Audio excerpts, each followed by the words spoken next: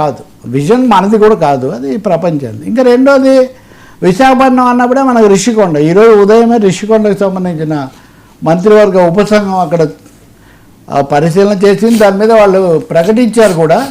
ఈరోజు కందుల దుర్గేష్ టూరిజం శాఖ మంత్రి ఆయన మాట్లాడారు చాలా స్పష్టంగా. అది ప్రైవేట్ వాళ్ళకి ఏదో ఇవ్వబోతున్నారు, రిషికొండ అనేది ప్రైవేట్ పరం కాబోతుంది అనే ఒక సంకేతం అయితే కనిపిస్తుంది. ఆ టూరిజం వాళ్ళు రిషికొండ భవనంతో పాటు పక్కన ఏదో 9-10 ఎకరాల భూమి కూడా ఉంటే తప్ప దాన్ని చేయలేం, వైబుల్ కాదని వాళ్ళు అంటున్నారని. అలాగే దాన్ని ఏదో 2 భాగాలు చేసి ఒక 2 భాగాలను వేరే వాడుకోవచ్చు అని ఏదో అంటున్నారని చెప్తున్నారు. మొత్తం మీద రిషికొండ కూడా పీపీపీలోకే పోతున్నట్టుగా ఉంది. పీపీపీ కూడా కావచ్చు, టోటల్ పీ కావచ్చు, టోటల్ ప్రైవేట్ అది అవుతుండవచ్చు. ఇంకా అదనంగా కూడా దానికోసం ఇస్తామంటున్నారు. కాబట్టి అసలు ఉన్నదాన్ని ఎందుకు పడగొట్టారు, ఎందుకు కట్టారు అని అడుగుతున్నారు మంత్రి గారు. ఓకే, మీ ప్రభుత్వం ఉన్న మీరు కూడా కొన్ని పడగొడతారు, ఎవరున్నా కానీ. కేసీఆర్ గారు ఈ సెక్రటరియట్ పడగొట్టి ఇంకోటి కట్టించారు. ఇప్పుడు దాన్ని ఉన్న రేవంత్ రెడ్డి గారు వాడుకుంటున్నారు కదా. అందుకనే ప్రభుత్వాల విధాన నిర్ణయాల మీద ప్రజలు తీర్పులు ఇస్తారు, అది వేరే విషయం. కానీ ఉన్నదాన్ని వాడుకోవడానికి ఇంకా సమయం పట్టేట్టుగా అనిపిస్తుంది. ఒకటి ప్రైవేట్కి వెళ్ళబోతుంది, దానికి కూడా చాలా లేట్ అవుతుంది.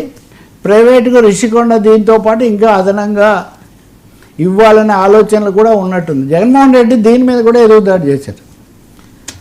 మేము కట్టింది ఎలా ఉంది చూడండి, అది విశాఖపట్నానికి తలమానికంగా ఉంది, దాన్ని వాడుకొని చాలా ఉపయోగం పొందే బదులు దాన్ని ఇంతకాలం మీరు తేల్చలేకపోయారు అని మొన్న రిషికొండ మీద కూడా ఆయన ఒక సవాల్ విసురుతున్నాడు. ఆయన అయితే ఇంకా కొంచెం ముందుకెళ్ళి పుతిన్ వస్తే ఇక్కడ ఉండొచ్చు ఇట్లాంటివి కూడా చెప్పారు. కానీ మొత్తం మీద ఒక మంచి నిర్మాణము ప్రజాస్థలంలో అందుబాటులో ఉన్నప్పుడు దాన్ని వాడుకునే ప్రయత్నం చేసే బదులు వేగంగా ప్రైవేట్ దిశలో ఆలోచించడం. రఘురామకృష్ణరాజు గారు కూడా అడిగారు కదా, ఆయనకి ఎలాగో కేసు వచ్చింది కాబట్టి ఆ కేసు ఇది ఇచ్చినా కానీ మంచిదే, కానీ ఏం మాట్లాడలేదు. మరి చూడాలి అన్నట్టు రఘురామకృష్ణరాజు విషయం కూడా పివి సునీల్కు ఆయనకు మధ్యలో దాదాపు ప్రచ్ఛన్న యుద్ధమే జరుగుతుంది. సునీల్ కుమార్ ఐపీఎస్ ఈయన మీద మళ్ళీ చర్య తీసుకోవాలని ఆయన లేఖ రాస్తే సునీల్ కుమార్ చాలా స్పష్టంగా నా దగ్గర ఆధారాలు ఉన్నాయి, నేను పోలీస్ అధికారిని, నేను ఆధారాలు లేకుండా నేను మాట్లాడలేను, ఇవన్నీ కూడా నేను సమర్పిస్తాను వెంటనే. మరి ఎవరు ఎందుకు మాట్లాడలేదు? సమర్థిస్తూ అన్న మాట్లాడాలి కదా వర్మ.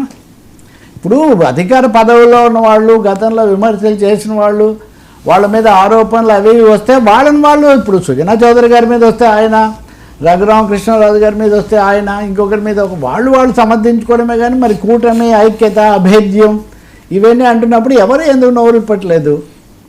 ఇది కూడా ఆసక్తి కలిగిస్తుంది. రిషికొండ మాత్రం కనీసం ఇప్పటికైనా నిర్ణయం చేస్తే చాలా మంచిది. బహుశా నేను అనుకుంటాను క్లాష్ ఏదో నడుస్తుంది, ఇలా చేయాలి అని కొందరు, అలా చేయాలని కొందరు, ఏకాభిప్రాయానికి విభేదాలు. అంటే గతంలో జగన్తో విభేదాలు ఒకటైతే ఇప్పుడు కూటమిలోనే విభేదాలు ఉన్నట్టున్నాయి. దాన్ని ఎలా వాడాలి అని.